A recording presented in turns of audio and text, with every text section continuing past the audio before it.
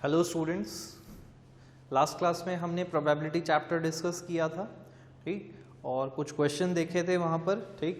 आज उसी को हम कंटिन्यू करते हैं, ठीक। चलिए, तो क्वेश्चन आपके सामने लिखा हुआ है ना।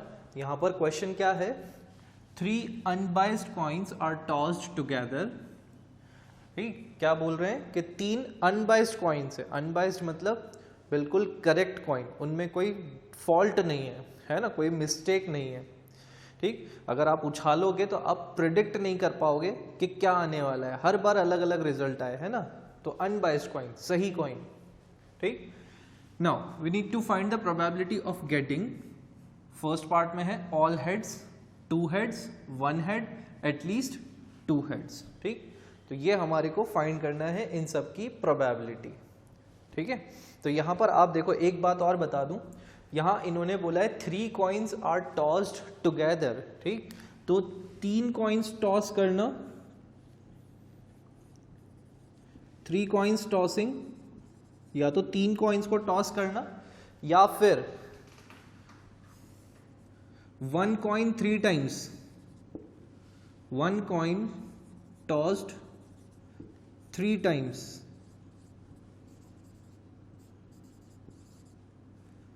ठीक। ये दोनों बातें बिल्कुल सेम है ना।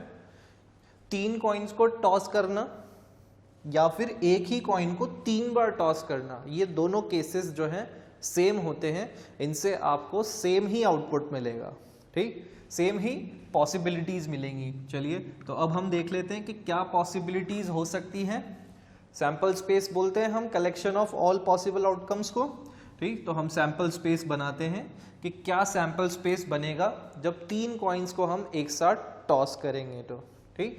तो यहाँ पर हम 3 अनबाइस्ड कॉइन्स टॉस कर रहे हैं। तो आप देखो, सबसे पहले आप कॉइन टॉस करेंगे तो ऐसा हो सकता है कि तीनों ही कॉइन्स पे क्या आ जाए, हेड आ जाए, पॉसिबिलिटी है ना। या फिर ऐसा हो सकता है कि पहले वाले कॉइन पे क्या आए, हेड आए, दूसरे पे हेड आ जाए और थर्ड वाले पे टेल आ जाए, ऐसा पॉसिबल है, ठीक। हम बस पॉसिबिलिटीज लिख रहे हैं कि क्या क्या हो सकता है कॉइन को जब 3 कॉइन को हम टॉस करेंगे, तो ठीक। चलिए और देखें, तो हेड हो सकता है, टेल हो सकता है और हेड हो सकता है, मतलब पहले कॉइन पे हेड हो, दूसरे पे टेल और तीसरे पे हेड हो, ऐसी पॉसिबिलिटी है, ठीक। या फिर ऐसा हो सकता है कि फर्स्ट वाले कॉइन पे टेल हो और बाकी दोनों पे हेड हो, ऐसी बिल्कुल पॉसिबिलिटी हो सकता है ना। मैं अब आउटकम्स इधर लिख रहा हूँ और बाकी के, ठीक। तो अब आप देखो यहाँ पर कि ऐसा हो सकता है कि इधर पहले फर्स्ट कॉइन पे आपका टेल हो और दूसरे कॉइन पर भी आपका टेल हो और थर्ड कॉइन पे आपका हेड हो जाए, ऐसा पॉसिबल हो सकता है, ठीक। फिर ऐसा हो कि इधर टेल हो, इधर हेड हो और आखिरी जो तीसरा वाला कॉइन है उसके ऊपर आपका टेल हो, पॉसिबिलिटीज है ना। या फिर ऐसा हो सकता है फर्स्ट कॉइन पे हेड और बाकी के दोनों पे टेल हो जाए, ऐसा हो सकता है, ठीक। और या फिर ऐसा हो सकता है कि तीनों ही कॉइन्स पे क्या हो जाए, टेल हो जाए, ठीक। तो ये सारी हमारी पॉसिबिलिटीज़ हैं, इसके अलावा और कोई पॉसिबिलिटी आपकी नहीं बन पाएगी। आप ट्राई करना, और कोई पॉसिबल केस आपको नहीं मिलेगा, है ना, इन 8 केसेस के अलावा, ठीक। अब ये बनाए कैसे, देखो यहाँ पर इसको याद रखने के लिए मैं बता रहा हूँ बस कि ट्रिक आपको, ताकि याद रह जाए भाई, 3 हेड और 3 टेल, ये तो बनना ही बनना है, ठीक। अब आप यहाँ पे देखो, यहाँ मैंने क्या किया, इस h को t से रिप्लेस कर दिया लास्ट वाले को, और फिर इस t की पोजीशन को चेंज कर करके मैंने लिख दिया। देखो t की पोजीशन पहले यहाँ रखी, फिर यहाँ बीच में कर दी, फिर सबसे आगे कर दी, ठीक। तो ऐसे ये 3 बन गए। फिर उसके बाद मैंने क्या किया, अब 3 टेल थे तो इन 3 में से एक टेल को मैंने हेड कर दिया, ठीक। और फिर हेड की पोजीशंस को शिफ्ट कर दिया, पहले यहाँ हो गया, यहाँ हो गया, यहाँ हो गया, फिर, ठीक। ये सिर्फ इसलिए बता रहा हूँ ताकि आपको याद रहे कि कैसे बनता है सैंपल स्पेस, ठीक है। चलिए, तो अब आगे करते हैं हम, है ना। इसको मैं यहाँ से इरेज कर देता हूँ। चलिए, तो यहाँ पर इन्होंने हमको बोला है find the probability of all heads, मतलब सारे हेड होने चाहिए, इस बात की प्रोबेबिलिटी फाइंड करनी है। तो सबसे पहले हम प्रोबेबिलिटी का फॉर्मूला लिख लें, probability of event is equals to number of favourable outcomes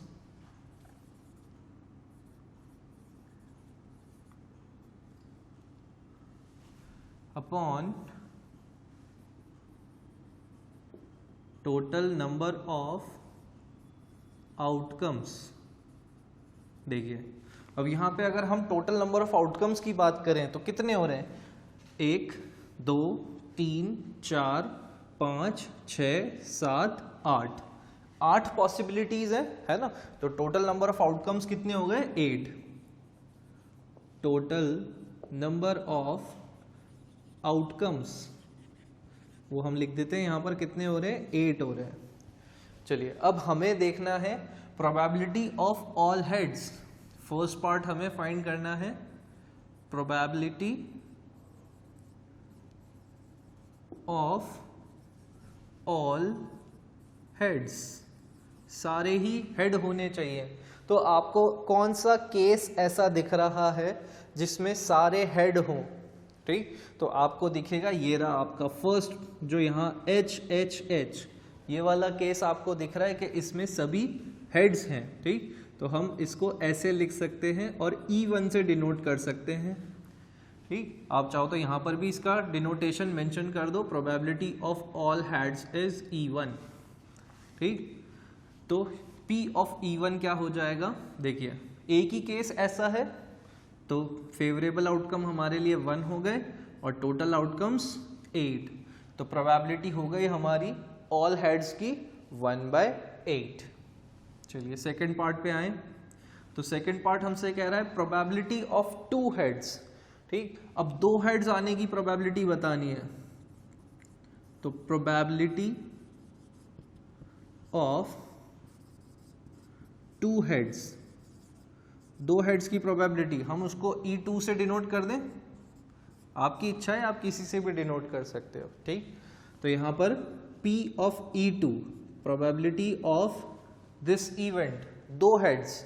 अब 2 हेड वाला केस कौन सा है? तो आप देखो 2 हेड का यहाँ पर 2 हेड दिख रहे हैं, इस वाले में भी 2 हेड हैं और इसमें भी हमारे 2 हेड हैं। बाकी सब में आप देखो इसमें 1 1 1 और इसमें तो 1 भी नहीं है। यहाँ पर 3 है, वहाँ उन्होंने बोला है ओनली 2 हेड्स। ठीक, सिर्फ 2 हेड वाले कितने केस हो गए? 1 2 3 केस हो रहे हैं। तो प्रोबेबिलिटी हो जाएगी 3/8। ठीक, फिर उसके बाद हम बात करें थर्ड पार्ट की। तो उन्होंने बोला प्रोबेबिलिटी ऑफ 1 हेड। ऐसा केस देखना है जिसमें सिर्फ क्या आ रहा हो? 1 हेड आ रहा हो। ठीक, तो प्रोबेबिलिटी ऑफ 1 हेड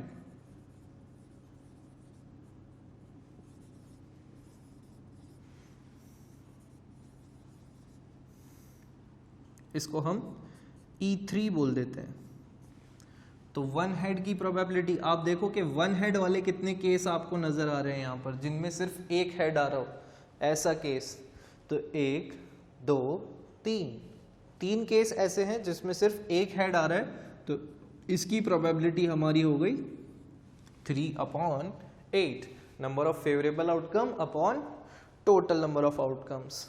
ठीक है, फिर फोर्थ पार्ट की बात करें तो फोर्थ पार्ट में आप देखो एटलीस्ट 2 हेड्स।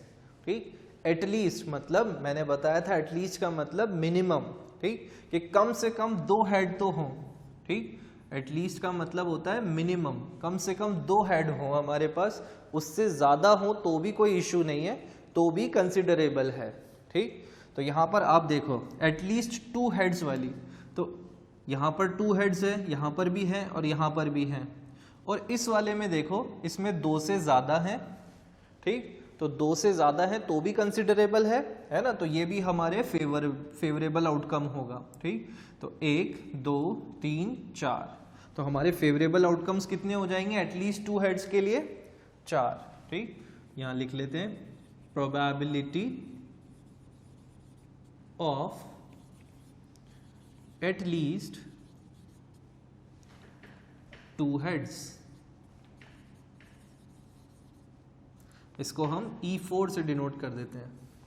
ठीक है, तो ये हो जाएगा P of E4 is equals to, देखिए 4 केस हो रहे हैं, 4 फेवरेबल है, 1 2 3 4, ठीक। मैं यहाँ पर साइड में फेवरेबल आउटकम्स नहीं लिख रहा हूँ, बट यहाँ इंडिकेट कर रहा हूँ, तो अगर आपको याद नहीं रहता है तो आप इनको लिख सकते हो अपने रजिस्टर में, ठीक। 4/8, तो इसका मतलब इसको सिंप्लीफाई करें, 2 से कैंसिल हो रहा है 1 टाइम्स, सॉरी 4 से कैंसिल हो रहा है 2 टाइम्स, सॉरी 4 से कैंसिल हो रहा है 4 1 टाइम्स, और 8 कैंसिल हो रहा है 2 टाइम्स। तो आपका जो बन गया प्रोबेबिलिटी क्या हो गई यहाँ पर 1/2, ठीक है। तो इस तरह से आप कैलकुलेट करेंगे, बस ये सैंपल स्पेस बनाना आना चाहिए, ठीक है। नोट डाउन कर लें इसको।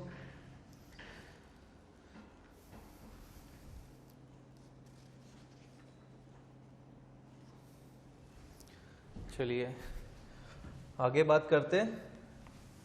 अब जो है नेक्स्ट क्वेश्चन है, नेक्स्ट क्वेश्चन जो है वो डाइस के ऊपर बेस्ड है। डाइस के बारे में आपको पता होगा, चलिए अभी बात करते हैं।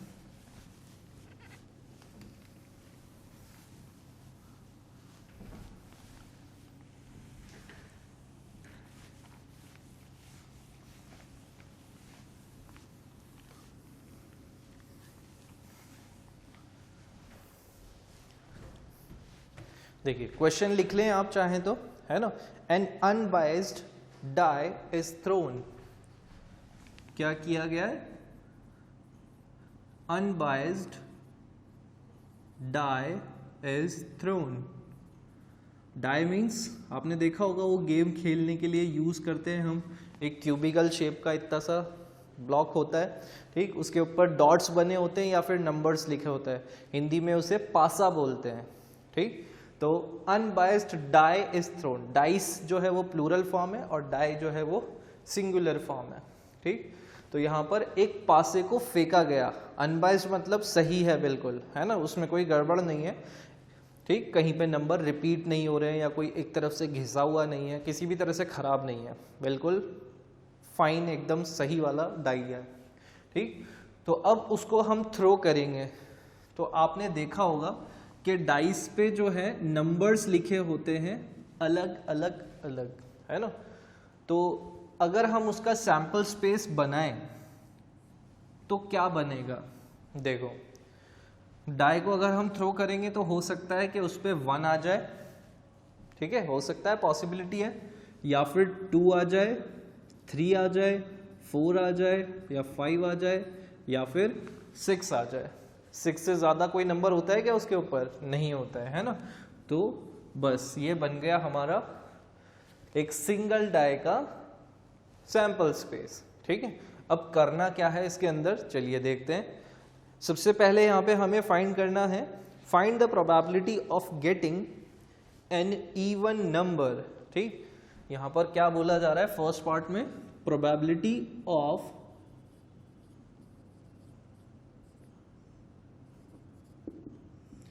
Getting even number, even number आने की क्या प्रोबेबिलिटी रहेगी, है ना। चलिए तो एक बार हम फॉर्मूला लिख देते हैं हमारे सॉल्यूशन में, फिर उसके बाद हम बार बार रिपीट नहीं करेंगे फॉर्मूले को, बस यूज करेंगे, ठीक। Number of favourable outcomes upon total number of outcomes, ठीक है। चलिए तो अब उन्होंने हमको बोला probability of getting even number, even number है, हम इसको डिनोट कर देते हैं E1 से, ठीक। तो अब यहां आप देखो कि हमारे जो फेवर में है वो कितने आउटकम्स होंगे, देखो टोटल आउटकम्स कितने हो रहे हैं, 1 2 3 4 5 6, 6 आउटकम्स टोटल है ना। और उसमें से E1 वाले कितने हैं, E1 वाले अगर हम ढूंढें तो ये E1 है, ये भी E1 है, और ये भी E1 है, तो ये कितने हो गए, 1 2 3, 3 आउटकम्स जो हैं वो हमारे फेवर में है, तो 3 हमारे फेवरेबल आउटकम हो गए, और टोटल नंबर ऑफ आउटकम्स की अगर हम बात करें तो वो कितने हो गए, 6। टोटल नंबर ऑफ आउटकम्स 6 हो रहे हैं ना, सैंपल स्पेस से दिख रहा है, हम काउंट कर सकते हैं 1 2 3 4 5 6, ठीक है। और उसमें से हमारे फेवर में कौन कितने हैं 3। मैं यहाँ पर आगे जो है लिख देता हूँ कि कौन कौन से हैं 2 सॉरी नॉट 3 इट्स 4 2 4 एंड 6, ताकि आपको याद रहे कि फेवरेबल आउटकम्स क्या है ना। चलिए तो प्रोबेबिलिटी क्या हो गई हमारी इसकी 1/2, दोनों 3 से कैंसिल हो रहे हैं 1/2। नेक्स्ट उन्होंने हमसे पूछा probability of getting a multiple of 3, ठीक, प्रोबेबिलिटी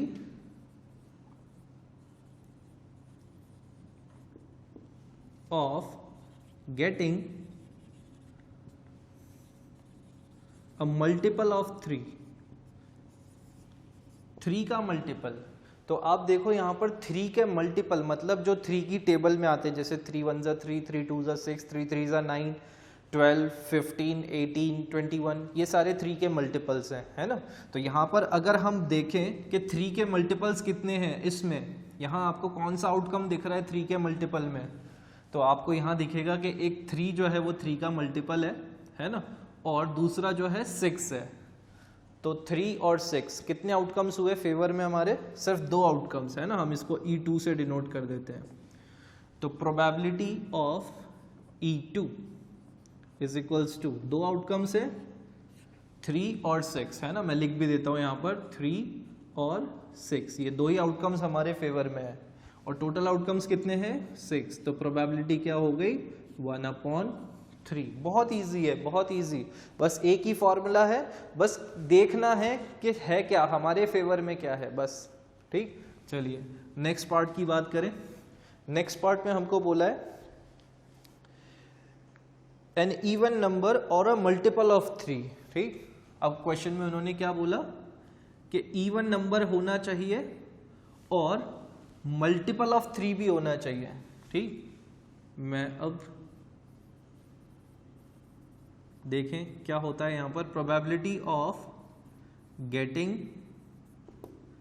एन इवन नंबर, ठीक, नंबर इवन हो एंड अ मल्टीपल ऑफ 3, ठीक, और साथ में क्या हो, सॉरी, एन इवन नंबर और अ मल्टीपल ऑफ 3, और लगा हुआ है यहाँ पर, और अ मल्टीपल ऑफ 3, ठीक। अब या तो नंबर क्या हो, इवन नंबर हो, या फिर मल्टीपल ऑफ 3 हो, ठीक। तो यहाँ पर हम देखें कि हमारे जो, इसको हम डिनोट कर देते हैं E4 से, ठीक। चलिए तो प्रोबेबिलिटी ऑफ E4 क्या हो जाएगी हमारी, देख लेते हैं। देखिए यहाँ पर आपका जो है,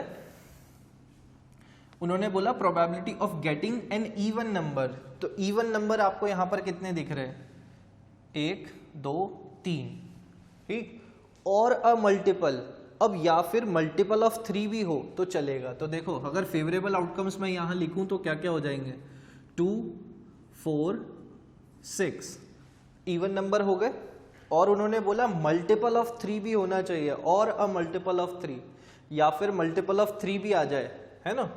तो मल्टीपल ऑफ 3 तो क्या क्या है, सिर्फ 3 और 6, तो 6 तो ऑलरेडी है तो इसलिए उसको नहीं लिखेंगे, बस 3 और आ जाएगा।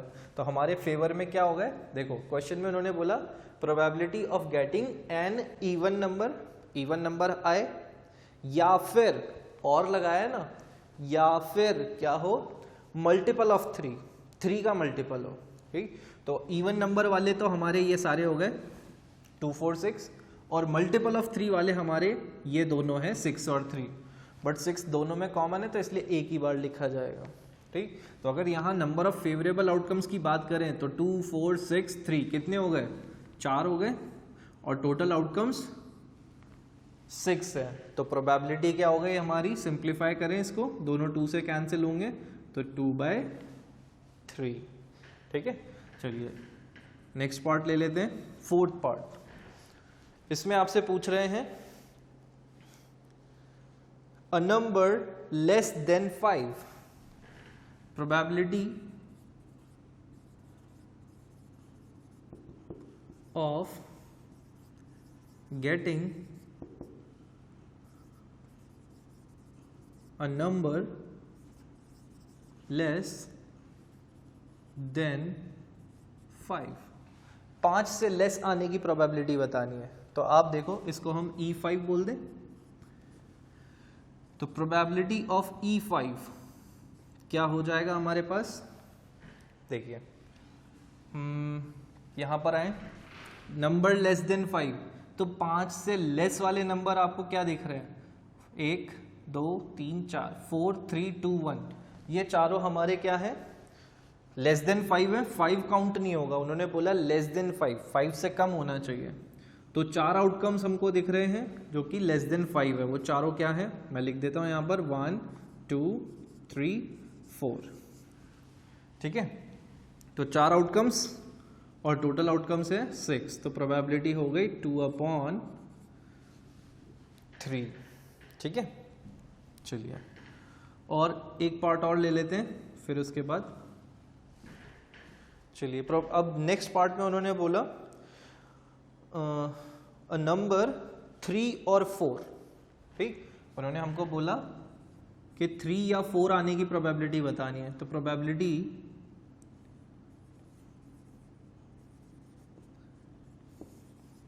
ऑफ गेटिंग 3 और 4, 3 या 4 आने की प्रोबेबिलिटी क्या है, ठीक।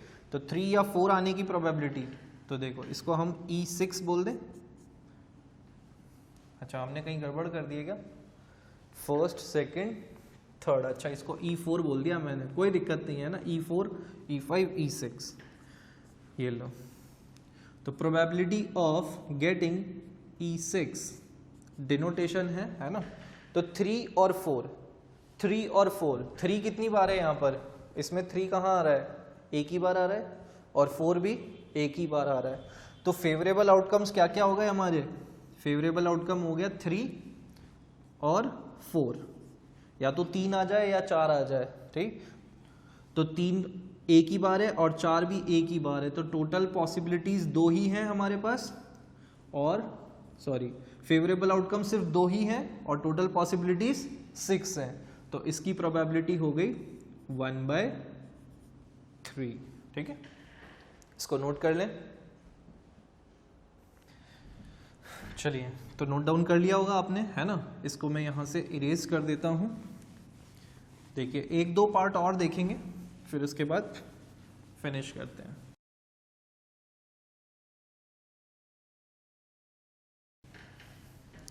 ओके मैंने पूरा इरेज नहीं किया, इस पार्ट को रहने दिया। देखिए अब जो नेक्स्ट पार्ट है हमारा, ये 6th पार्ट है, और 6th पार्ट हमको कह रहा है प्रोबेबिलिटी ऑफ गेटिंग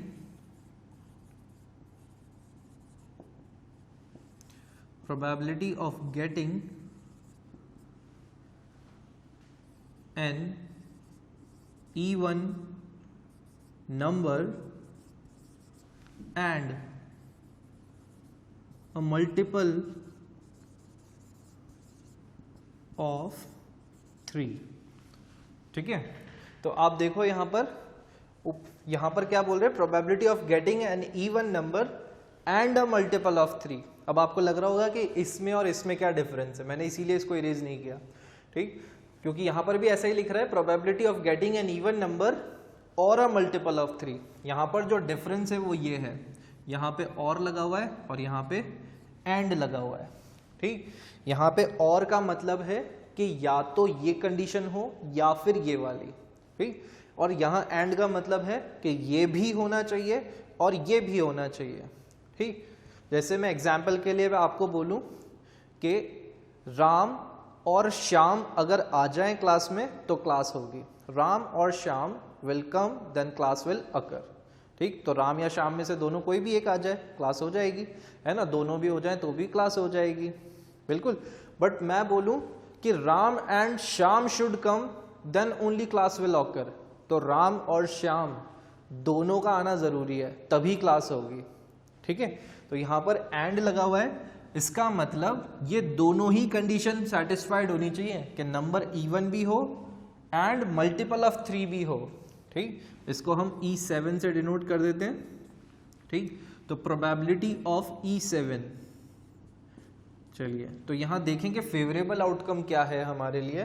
तो आप देखो कि अब हमें एक ऐसा नंबर चाहिए जो इवन भी हो एंड मल्टीपल ऑफ 3 भी हो, ठीक। तो यहाँ पर अगर हम देखें तो मल्टीपल ऑफ 3 तो हमारे पास यही दो थे बस, 3 और 6, 3 और 6 मल्टीपल ऑफ 3।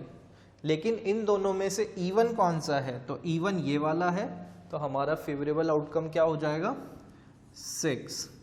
सिर्फ एक ही फेवरेबल आउटकम है, तो इसलिए प्रोबेबिलिटी हो जाएगी हमारी 1/6, ठीक है।